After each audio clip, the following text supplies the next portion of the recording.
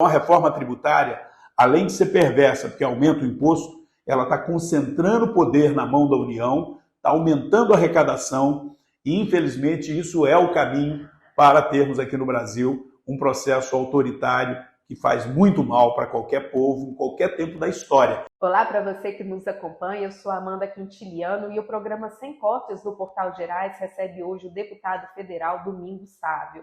Deputado, obrigada pela participação. Na semana passada, a Câmara Federal aprovou o texto da reforma tributária. O senhor votou contra. Quais são os pontos que o senhor discorda desse texto?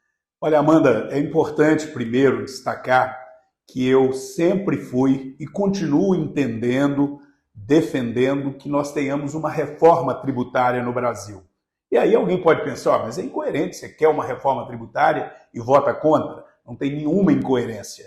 Pelo contrário, tem uma coerência muito clara. Eu sou a favor de uma reforma tributária, mas não para aumentar impostos. E a reforma tributária, da forma com que ela foi aprovada, tem duas coisas muito sérias. A primeira é que, para mim, está muito claro que ela escancarou as portas para aumentar e aumentar muito o imposto, o que é um absurdo. Nós precisamos fazer reforma tributária justamente para alcançar a direção oposta a isso. O Brasil já é um dos países em que se cobra a maior carga tributária do mundo. Aqui o contribuinte ele é penalizado, ele tem que trabalhar a maior parte do ano para pagar impostos. E é todo mundo, do mais humilde, daquele até que recebe cesta básica ou que recebe Auxílio Brasil, Bolsa Família, todo mundo paga imposto. O imposto já vem naquilo que você consome. Você compra uma caixa de fósforo, você compra uma bala para criança, se você abastece o carro, a energia elétrica, ligou a lâmpada, você já está pagando imposto. E você paga imposto, inclusive, no salário que você recebe. O trabalhador assalariado já vem descontado no salário dele impostos. Então a gente paga muito imposto. Fazer uma reforma tributária para aumentar ainda mais a carga tributária é um absurdo. E um outro aspecto é que nós precisamos de uma reforma para desburocratizar. Da forma com que foi aprovado, foi feito de uma maneira antidemocrática e que corre o risco de burocratizar ainda mais. Não houve prazo para uma análise mais cuidadosa. Tem alguns que dizem, puxa vida, Domingos, mas já tem 30 anos que nós estamos discutindo isso. Não é verdade. Tem 30 anos que a gente está dizendo que precisa fazer uma reforma tributária. O texto que foi aprovado, o projeto que foi aprovado, ele foi apresentado numa semana para na semana seguinte ter a votação em plenário. E para complicar, nesta semana que ele foi apresentado, foi a última semana de junho, a última semana do mês 6, foi apresentado o projeto, o texto, para ser votado na primeira semana de julho. Em uma semana, eu e outros colegas começamos a ler e analisar e vimos ali uma série de absurdos. Por exemplo, cesta básica estava sendo tributada e com muito imposto no texto que foi publicado no final de junho. Eu fui um dos que lutei e conseguimos tirar o imposto da cesta básica. Ah, o governo mandou um projeto sem imposto. Não. Na verdade, o projeto que o relator apresentou tinha imposto e muito imposto sobre cesta básica. Nós alertamos isso.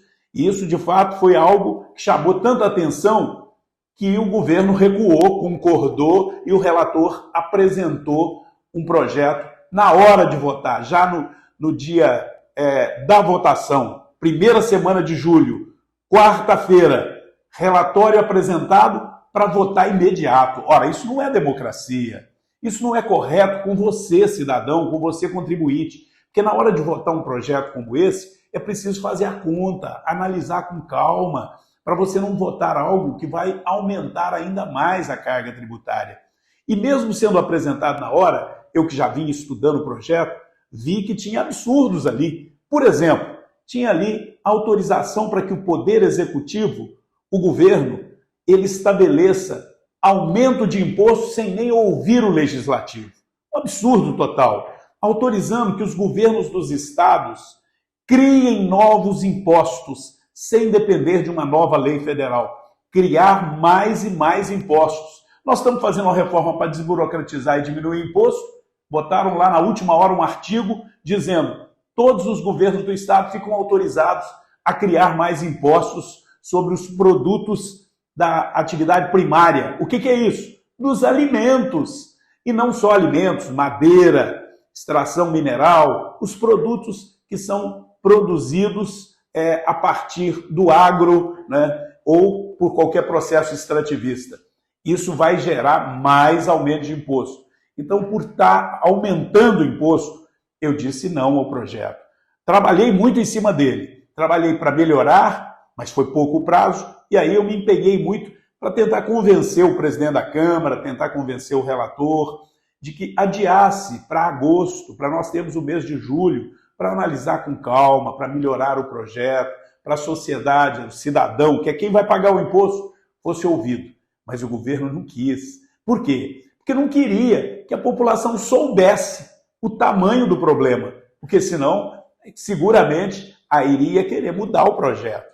E por que precisa mudar o projeto? Deixa eu dar exemplo objetivo para você. Área de serviços.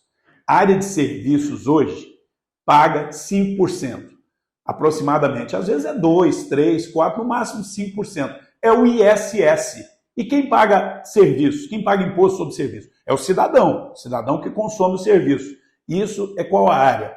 São as escolas, a escola privada, a universidade, são os hospitais, as clínicas, os profissionais liberais, o advogado, o médico, o engenheiro, o arquiteto, os escritórios que prestam serviço. E hoje isso está crescendo muito pelas tecnologias que nós temos. Por exemplo, o iFood, ou uma dessas empresas que você está no trabalho, ou está numa situação que você não pode sair para alimentar, você pede para levar o alimento, isso é serviço.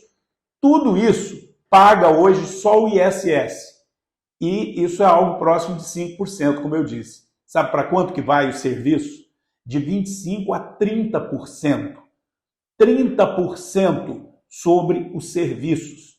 Não, mas na área de saúde e de educação vai ser a metade. É verdade. Nós conseguimos também convencer que saúde... No primeiro projeto, a ideia do secretário nacional para a reforma tributária, que foi nomeado pelo Lula, o API, a ideia dele era uma tarifa única para tudo. Mas foi discutido e estabeleceu que saúde e educação seja a metade. Ora, mas a metade de 30 é 15.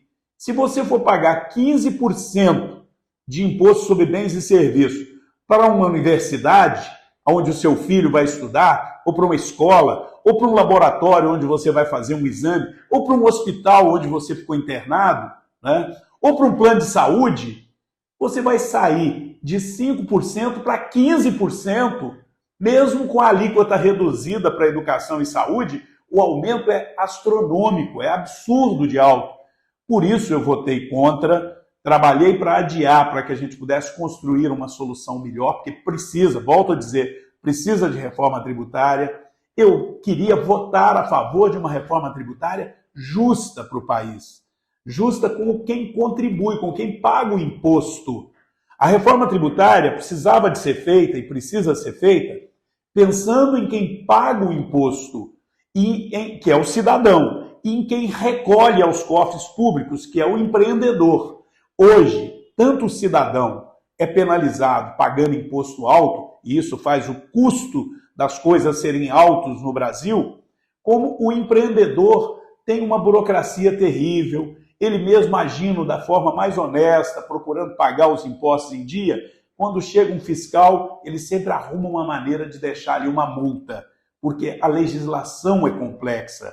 Às vezes um fiscal entende de um jeito, o outro fiscal vem no ano seguinte, não, do jeito que você está fazendo está errado. Não, mas foi o fiscal que falou que era para fazer assim, mas está errado, eu vou te multar. E o contribuinte é penalizado. Então precisa de uma reforma tributária. Mas não para aumentar imposto, não sendo feito a toque de caixa, apresenta um projeto numa semana, vota na semana seguinte, sem dar prazo de uma discussão mais profunda. Isso, fazer uma reforma tributária assim, não é democracia.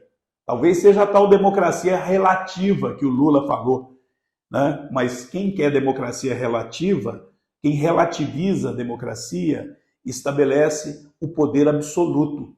Quando você começa a ter uma democracia relativa, você começa a ter um poder absoluto. E isto é ditadura. Isto é o caminho para o comunismo. É isso mesmo. Alguém vai falar em comunismo de novo? Ora, o Lula é que veio dizer agora, sem nenhum constrangimento, que tem orgulho de ser comunista. E nós sempre alertamos para isso. E eu não tenho dúvida que a grande maioria que votou no Lula não quer comunismo no Brasil, mas votou num presidente que se orgulha de ser comunista e quer aumentar a arrecadação de impostos, quer aumentar o poder do Estado, quer concentrar mais na mão do poder federal, para que aí você tenha o cidadão literalmente escravo do Estado.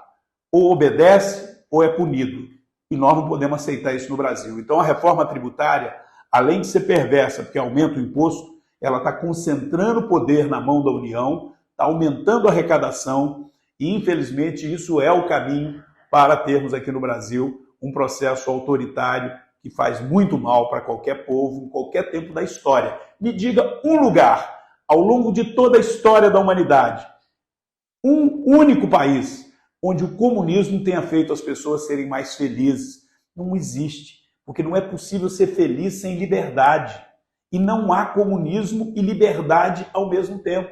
Vocês estão vendo o que está acontecendo na Nicarágua, né, onde padres, freiras são presos, né, são deportados, onde pessoas que são contra o governo são assassinadas. E como está acontecendo aqui do lado, né, na Venezuela, que são países tidos como referências para os comunistas que chegaram ao poder hoje no Brasil. Eu vou continuar na Câmara lutando contra isso, porque eu tenho um compromisso com o cidadão que me elegeu. Ah, mas eu ser oposição. Não, não é por isso. Eu nunca fiquei submisso a partido e não estou submisso a partido. Eu demonstro isso no meu dia a dia em Divinópolis. Eu venho apoiando todos os prefeitos naquilo que é bom para Divinópolis, em diferente partido. Eu me relaciono com todos os vereadores que querem trabalhar juntos por Divinópolis. Faço isso em todas as cidades da região. Para mim, o partido político é menos relevante.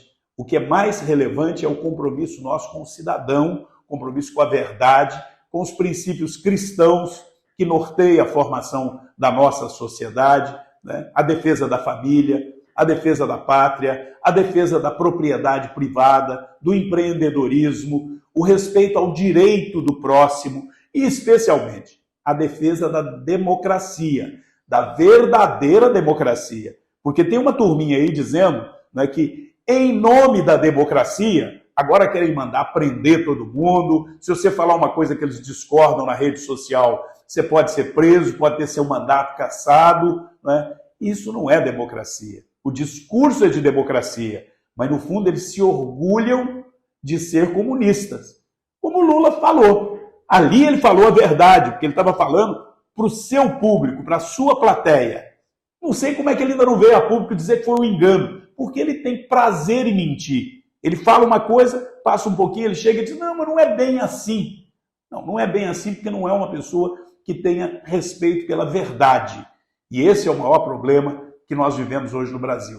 A mentira tomando conta da vida pública, a mentira desvirtuando os valores, fazendo com que o errado seja tido como certo e que o certo seja visto como errado. Deputado, a reforma tributária ela tem um apoio aí de 2 governos, né, que a gente pode colocar que é a economia do Brasil, que é o governador Romeu Zema e também o Tarcísio de Freitas, que é governador de São Paulo. A reforma ainda vai para o Senado, vai ser votada lá, analisada. O senhor acha que, tendo o apoio desses 2 governadores, existe alguma possibilidade do Senado voltar e falar assim, não, a reforma não passa? Olha, eu tenho muita esperança que o Senado possa, de fato, modificar o texto, porque ele tem problemas grosseiros e ruins para o cidadão. Para início de conversa, o texto da reforma tributária, ele não define com clareza a carga. E alguém pode falar assim, Domingos, mas você está falando que vai aumentar imposto se lá nem define a carga? Bom, eu estou falando porque os técnicos do governo trabalham e sempre informam que a alíquota básica será de, no mínimo, 25%. O governo diz isso o tempo todo. O relator, todos os partidos que votaram a favor do texto que está lá, dizem que será, no mínimo, 25% que você vai pagar sobre o imposto sobre bens e serviços, né? Por isso que eu disse, quem paga hoje 5% de ISS vai pagar 25%. Então é um aumento estrondoso. E isso é o que o próprio governo diz. Mas, como eu ia dizendo, isso ainda terá que ser definido em lei complementar. O problema maior que eu vejo é que os governadores e os prefeitos que estavam contra o projeto num primeiro momento, e aí é algo importante para você, cidadão, compreender por que eu estou tão seguro que vai aumentar a arrecadação e vai aumentar a arrecadação porque vai aumentar a carga tributária. Não dá para ninguém falar assim, não, vai aumentar a arrecadação porque a economia brasileira vai bombar, vai crescer mais que a China. Conversa fiada, não me venha com isso, porque não há nenhum fundamento que demonstre com segurança que a gente vai crescer e crescer rapidamente. Agora, a arrecadação vai crescer porque vai aumentar o imposto. E por que os prefeitos e os governadores, que até na véspera da votação, quando o projeto estava sendo discutido e o governo estava dizendo não vai ter aumento de imposto, não vai ter aumento de imposto, não vai ter alteração significativa, vai desburocratizar, vai ficar mais simples, mais eficiente, esse era o discurso. E aí os prefeitos começaram a ficar com medo, olha, vai deixar de existir o ISS, eu perco a autonomia, os governadores, vai deixar de existir o ICMS, eu perco a autonomia vai ficar na mão do governo federal e pode cair a minha arrecadação. Então eu sou contra.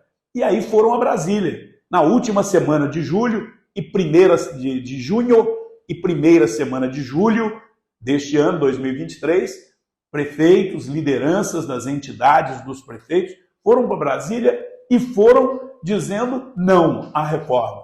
Chegaram a colocar, inclusive, uma propaganda na televisão em alguns estados.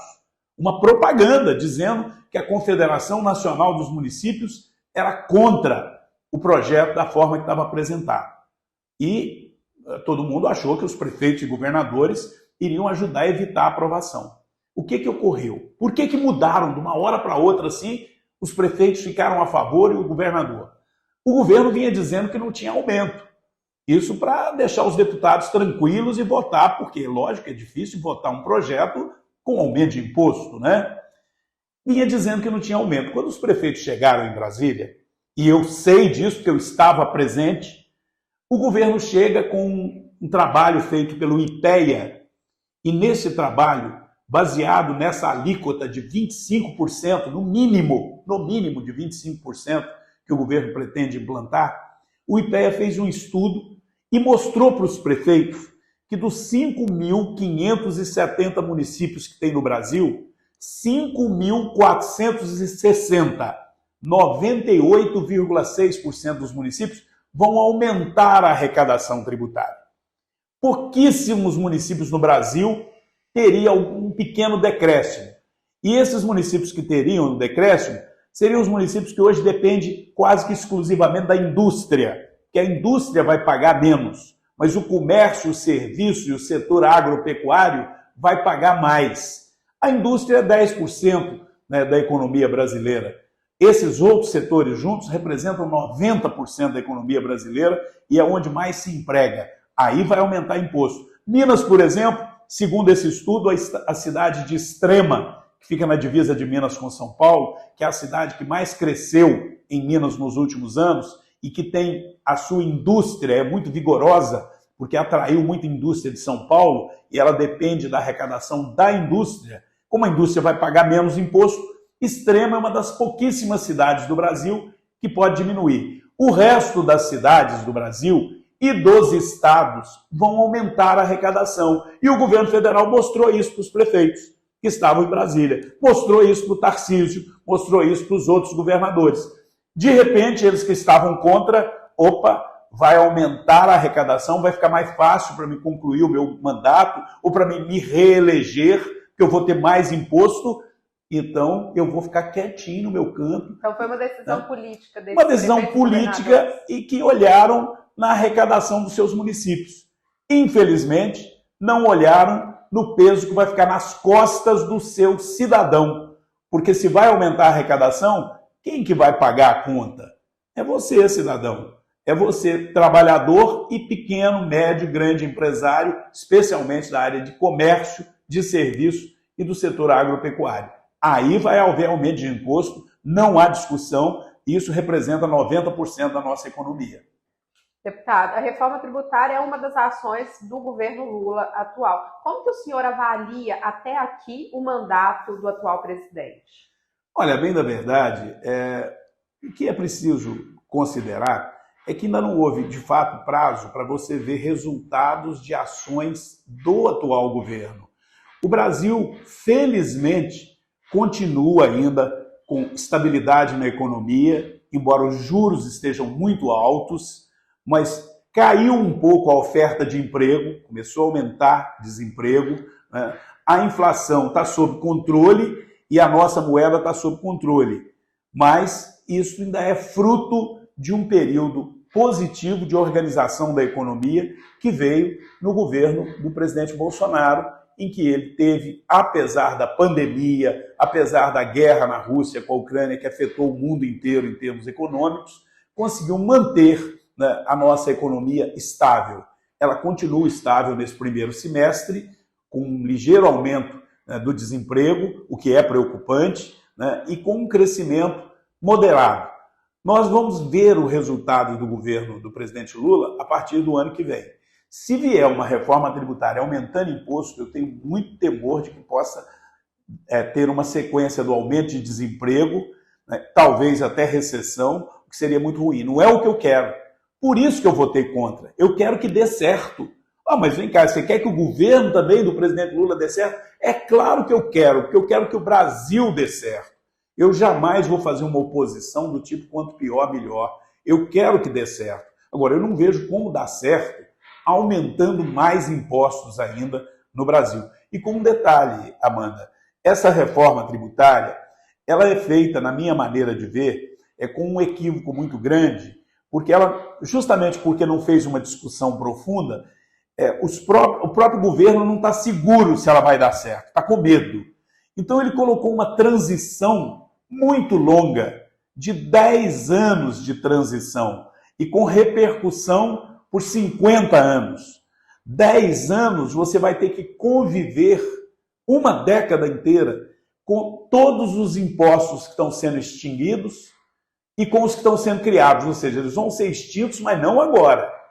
Ou seja, ICMS, que tem uma legislação complicadíssima no Brasil inteiro e que precisa mudar, ISS, cada município é de um jeito, né? O próprio PIS, COFINS, IPI, todos vão continuar existindo. Mas que é isso? O governo falou que vai acabar com 5 impostos e criar 2. Acabar com 5, cria o IBS, Imposto sobre Bens e Serviços, e a CBS, Contribuição sobre Bens e Serviços, que substitui a contribuição do PIS, do COFINS e do IPI. Cria 2. É verdade, cria 2. Mas os outros 5 continuarão existindo por 10 anos, tendo que fazer toda a escrituração, continuando sendo fiscalizado, tendo que pagar, né? Eles vão reduzindo gradativamente e vai aumentando gradativamente os outros 2. Esse período, na minha avaliação, é muito longo. É um período em que o custo disso para o setor, para o desenvolvimento do país, é muito pesado. Seria razoável estudar um pouco mais para se fazer uma transição um pouco mais rápida, para que a burocracia e o custo tributário não fosse tão alto. Então são problemas que veio com essa reforma que motivaram o meu voto contrário. Mas o Brasil precisa sim de uma reforma, nós precisamos continuar apostando nesta reforma, mas com mudanças agora no Senado, mudanças profundas. Se ela ocorrer, for sancionada no final do ano e gerar algum tipo de impacto positivo, o Brasil ganha competitividade com o resto do mundo, a indústria brasileira, sem dúvida, precisa sim de reduzir carga tributária para ela crescer, e isso pode trazer bons momentos para o futuro, para o nosso país. É isso que eu desejo. Do ponto de vista econômico, essa é a minha visão. Desejo que dê certo, vou lutar para dar certo. E do ponto de vista político? Do ponto de vista político, a gente está mais do que nunca bem mais preocupado, porque a gente vê o presidente agora falar, mostrar a verdadeira face. O Lulinha Paz e Amor, o Lulinha que era democrata, que queria um país onde o respeito a todos fosse a regra do jogo, ele agora mostra-se o Lula do Foro de São Paulo. O Lula que diz que a vida inteira lutou contra esses valores da família, da pátria, né? Ele disse isso. Nós sempre lutamos contra essa direita que defende a família, que defende a pátria, e que nós vamos continuar sendo contra. Contra quê? Contra a família e contra a pátria. E ele disse, essa direita nos acusa de sermos comunistas. E nós, o Lula dizendo, nós temos orgulho de ser comunista.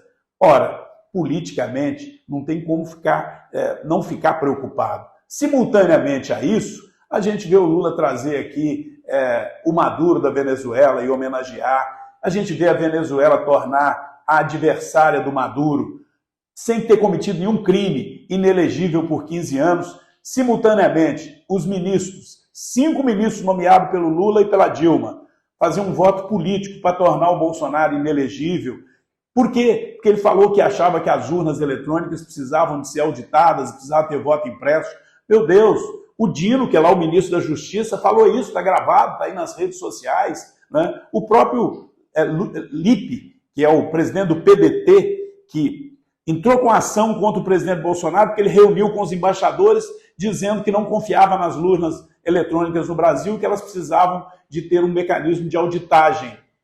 Ele apresentou um projeto de lei, o PDT apresentou um projeto de lei que foi aprovado na Câmara, foi vetado pela Dilma e a Câmara derrubou o veto. Ou seja, não é novidade alguém no Brasil dizer que não confia nas urnas eletrônicas e que acha que elas precisam de ser aprimoradas, de ter o voto impresso. Isso nunca foi considerado crime.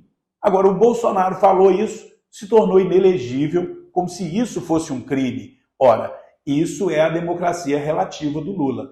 Isso talvez seja o mais sério que nós estamos vivendo. Eu quero que a democracia, que a economia dê certo e estou pronto para ajudar. Agora, ajudar o Lula a implantar comunismo no Brasil, não contem comigo. Nós vamos lutar contra isso e vamos lutar sempre, ainda que isso custe o meu sacrifício pessoal. Eu não estou na vida pública como um empreguinho para ter um salário lá, não. Eu posso tenho minha profissão de veterinário, tenho como ganhar o meu sustento da minha família com dignidade. Na vida pública, eu não abro mão da dignidade e dos meus valores. Comunismo no Brasil, não. O senhor acha que o fato do Bolsonaro estar inelegível abre espaço para a construção de uma nova direita no Brasil? Não, eu acho que a direita no Brasil já está construída.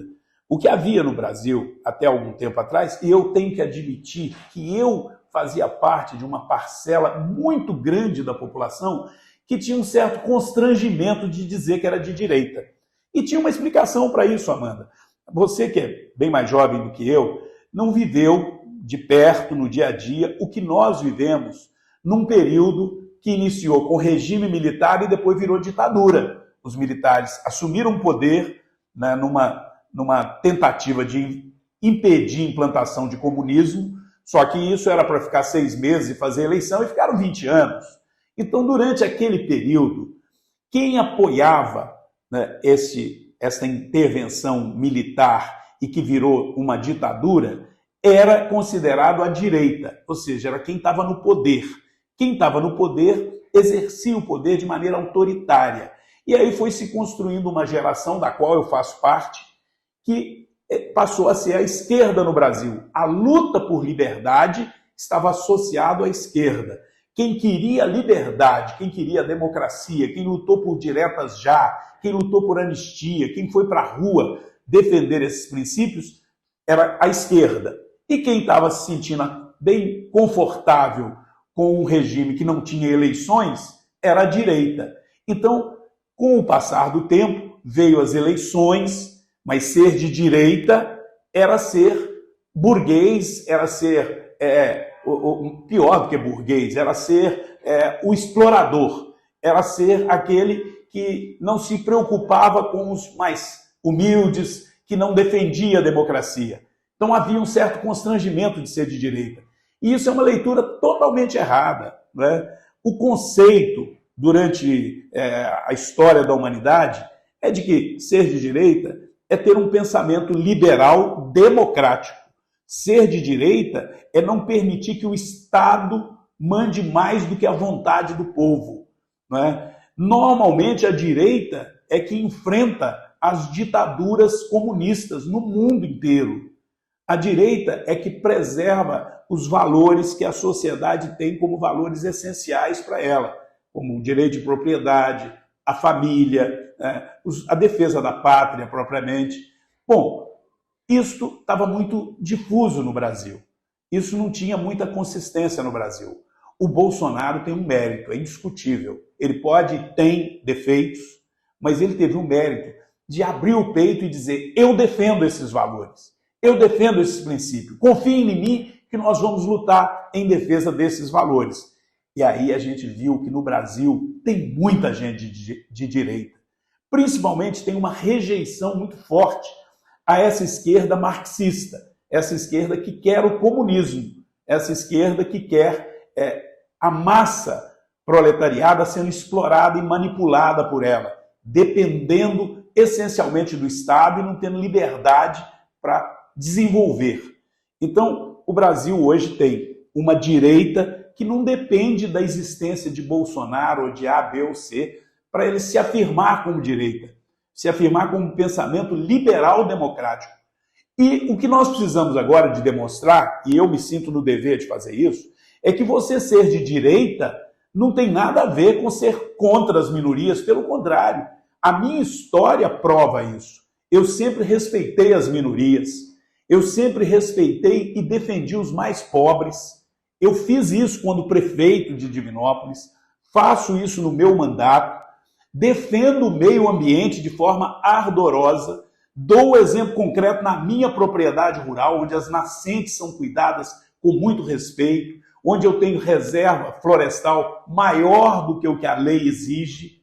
Eu defendo e respeito as minorias, sejam de natureza religiosa, seja pela opção sexual. Eu tenho absoluta clareza que o poder público tem que ter um compromisso com os mais pobres prioritariamente, mas isso não me faz um comunista. Isso não me faz abrir mão dos princípios e valores que norteiam a liberal democracia, né? Então, eu sou um liberal, eu sou um cidadão que me orgulho hoje de ter este posicionamento, especialmente contra o marxismo, contra as teorias de extrema esquerda que não deram certo em lugar nenhum do mundo por vontade do povo. O marxismo só dá certo pela força, pela imposição, pela restrição dos direitos de liberdade. E depois que ele se assenta no poder, ele fica cada vez mais violento para se preservar e se perpetuar no poder. Não existe a menor possibilidade de você ter comunismo e liberdade simultaneamente. São incompatíveis. Por isso, eu tenho clareza de que a direita no Brasil não depende de Bolsonaro ser candidato. É claro que precisamos de um líder que consiga inspirar confiança de que ele, de fato, vai defender esses princípios que são essenciais para quem se coloca à direita. O centro-direita. O Tarcísio, embora tenha se desgastado nesse processo, mas eu não acho que alguns estão dizendo que o Tarcísio virou a casaca. Não, nada disso. Ele, talvez preocupado de não perdermos a oportunidade de fazer a reforma, se deixou levar e se precipitou.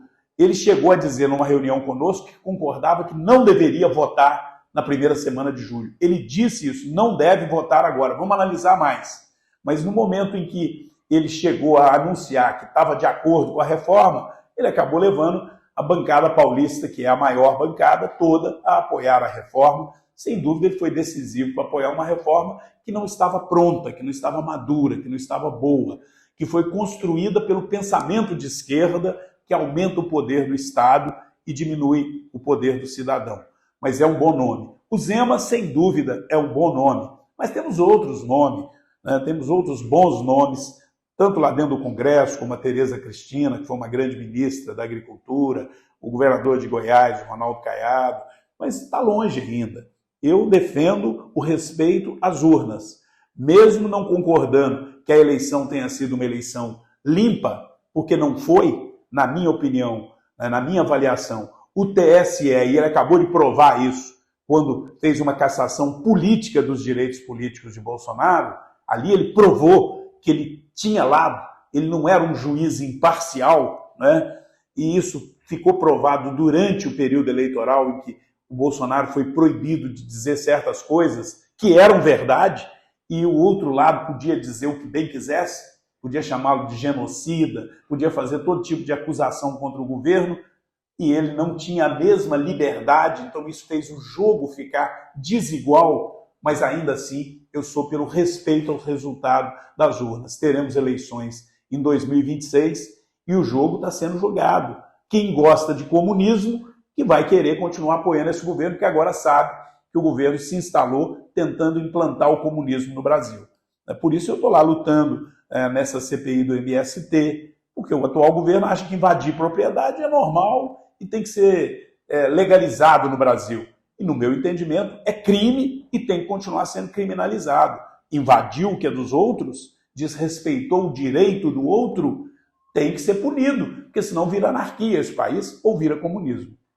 Deputado, menos de um ano no PL, o senhor tem ganhado um protagonismo já no partido e é cotado, inclusive, para ser presidente do PL aqui em Minas Gerais. Como que está essa relação e esse crescimento dentro do partido do ex-presidente? Olha, primeiro eu fiquei, é claro, muito feliz com essa distinção dos meus colegas, deputados federais, deputados estaduais, do próprio presidente nacional do partido e do próprio presidente e ex-presidente Jair Bolsonaro. Todos eles sinalizaram no sentido de termos uma reestruturação do partido. O atual presidente, que é meu amigo pessoal, o Zé Santana, é o presidente, eu sou membro da executiva estadual com ele. Logo que eu fui para o PL, eu fui convidado já a fazer parte da executiva. E isso também eu acho que é um pouco fruto do trabalho nosso, né? Eu não sou um novato na política. E quando você não é um novato, tem dois aspectos. Ou você pode ser uma figura queimada na política pelo seu passado, ou você pode ser uma pessoa respeitada na política pelo seu passado. E graças a Deus a gente tem sido respeitado pelo nosso passado. Estou completando agora 8 mandatos consecutivos na vida pública, vereador, prefeito, 2 vezes deputado federal, 2 vezes estadual, 4 vezes deputado federal. E, graças a Deus, em todas as minhas atitudes, procurando ser coerente, agir com honestidade, que é a obrigação da gente. E, em termos de vida partidária, ser dedicado, ser leal. Foi assim durante toda a minha trajetória. Eu fui eleito vereador pelo PSDB, fiquei lá 32 anos, saí pela porta da frente, saí quando eu percebi que o partido estava num caminho que não era o caminho que eu tinha escolhido para a minha vida pública. Então, eu tomei a decisão, dentro do que a lei permite, de fazer a mudança na hora certa, no momento prévio da eleição, e a mudança foi bem acolhida pelos meus eleitores, tanto que minha votação aumentou. E eu estou muito feliz de estar trabalhando com um pensamento liberal democrático. Acho que a democracia é essencial, ela está presente no PL, nós não abrimos mão da democracia, lutamos contra o comunismo, contra qualquer tipo. Nunca defendi intervenção militar, é outro estigma que nós temos que tirar de cima do PL, porque se tinha uma ou outra pessoa com esse pensamento deturpado, ele não é o pensamento ou a defesa que eu e que a ampla maioria do PL faz. Nós queremos ganhar, chegar ao poder pelas eleições, pelo caminho democrático. Então, a democracia para nós é essencial, mas o pensamento liberal, a valorização da liberdade, da livre iniciativa, do autoconhecimento, da pessoa ter que lutar, estudar, ou montar seu negócio, ou conseguir um emprego e fazer uma carreira digna ali. Isso é essencial para a organização de um país livre, de uma sociedade que prospere. Em todo lugar no mundo onde houve a evolução, houve dentro desse pensamento liberal democrático. As grandes potências do mundo, né? À exceção da China, que é uma potência, mas com uma qualidade de vida ainda comprometida, né? É uma potência porque tem 1,5 bilhão de habitantes, né? E 500 milhões, é a maior população do mundo, o maior mercado consumidor do mundo e tem uma mão de obra quase que escrava. Então tem uma produção com custo barato, porque o cidadão ele é servo do poder público e não tem direitos trabalhistas, não tem uma série de benefícios, e aí ela consegue ser uma economia competitiva com o resto do mundo sem respeitar os direitos humanos. Isso não serve para mim. Eu não quero ver o Brasil prosperar com o sacrifício da nossa gente. Eu quero ver o Brasil se aproximar de bons exemplos bem-sucedidos no mundo, como Austrália, Nova Zelândia, Canadá, Holanda, Alemanha, né? Países que dão certo, próprios Estados Unidos, são países em que o desenvolvimento do país se mede pela qualidade de vida das pessoas. É isso que eu quero ver no Brasil. Eu quero ver o Brasil. O Brasil é uma das maiores potências do mundo. Mas como é que está a qualidade de vida da nossa gente? Quase que a metade da população dependendo de Bolsa Família, quase que a metade da nossa população vivendo de uma forma miserável.